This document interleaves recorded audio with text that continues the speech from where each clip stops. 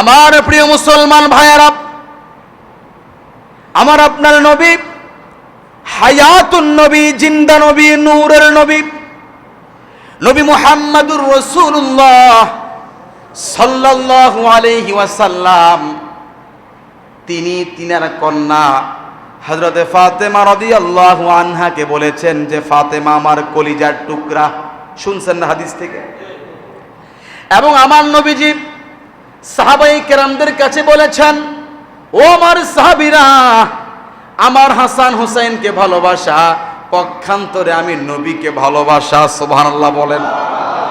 প্রিয় মুসলমান ভাইয়েরা, হযরতে মা ফাতেমা এবং হাসান হুসাইন তিনাদের কেমন মর্যাদা শুনুন হাদিস শরীফ থেকে। ক্বালা রাসূলুল্লাহ সাল্লাল্লাহু আলাইহি ওয়াসাল্লাম, রাসূল করিম সাল্লাল্লাহু আলাইহি ওয়াসাল্লাম ইরশাদ করেছেন, ইউবাশশিরুনি, আমাকে সুসংবাদ দেওয়া হয়েছে। আমার নবীজি বলছে ইউবাশশিরুনি, আমাকে সুসংবাদ দেওয়া হয়েছে। আমার নবীকে কি সুসংবাদ দেওয়া হয়েছে? তারপর নবীজি বলেন, বিআন্না ফাতিমাতা সাইয়্যিদাতুন নিসাই আহলিল জান্নাহ, নিশ্চয় ফাতেমা হলো জান্নাতি নারীদের সরদার। সুবহানাল্লাহ। তারপর নবীজি বলছেন, ওয়া আন্নাল হাসান ওয়াল হুসাইন সাইয়্যিদা শাবাবি আহলিল জান্নাহ, এবং নিশ্চয়ই হাসান হুসাইন এই দুইজন হলো জান্নাতি যুবকদের সরদার।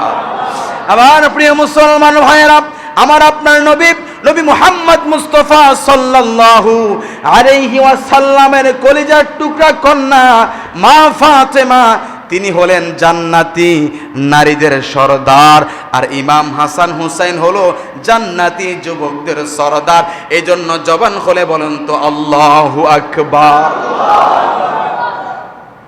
যিনি জান্নাতি নারীদের সরদার, তিনার কলিজার টুকরা ইমাম হাসানকে জহর খাইয়ে বিষ খাওয়ায়া শহীদ করা হয়েছে, আর তিনার ছোট সন্তান ইমাম হুসাইনকে কারবালার ময়দানে নির্মমভাবে শহীদ করা হয়েছে।